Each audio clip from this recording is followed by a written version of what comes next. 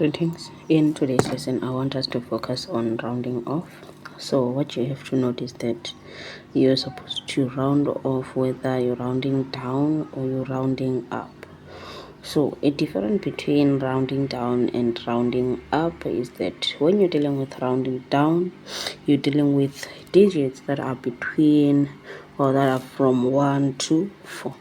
So when you round down, you round off to the previous lower term, or we can just say to the lower 10, right?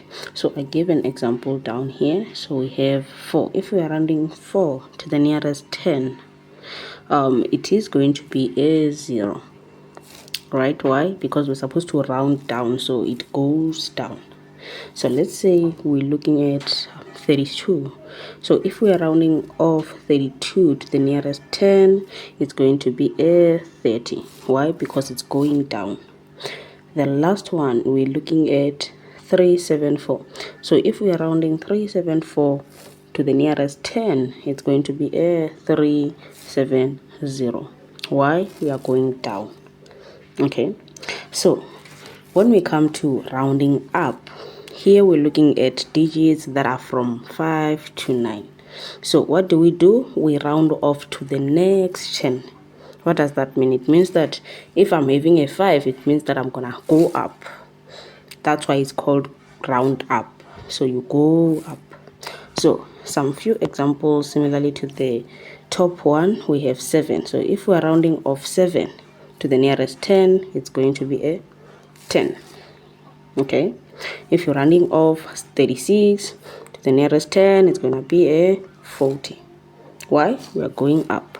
If we're rounding off 377 off to the nearest 10, it's going to be a 380. Why? We're going up.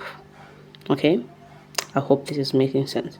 So let's look at an exercise down here. So the question says round off to the nearest 10. So A was like we have a 4. So if we're dealing with a 4, what is it? Is it falling under, let me say, part 1, where we have 1 to 4? Or is it falling under number 2, where we have 5 to 9? Remember that when you're dealing with this upper one, you're going to round down. And when you're dealing with this one, you're going to round up. Okay, so 4 is falling under part 1. It means that we're going to round down, so it's going to be a 0. 5, part 2, rounding up, it's going to be a 10. 2, falling under part 1, we're going to be rounding down, so it's a 0 there. 9, it's falling under part 2, it's going to be a 10. And then we have 35. So when you're dealing with 35, you look at the unit here. Why? Because we're dealing with rounding off to the nearest 10. If we are rounding off, maybe let's say to the nearest 100, you look at the 10th. Okay, this is a 3. So if it's a 3, let's say we're dealing with 135.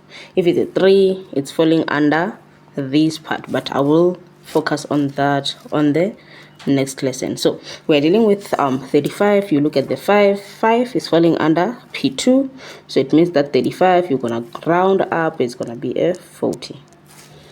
73, you're gonna have your 3 there. Let me just remove this, not really important. So you have 73. What do? You're looking at the unit there. The unit is falling under P1, so it's going to be rounded down to 70.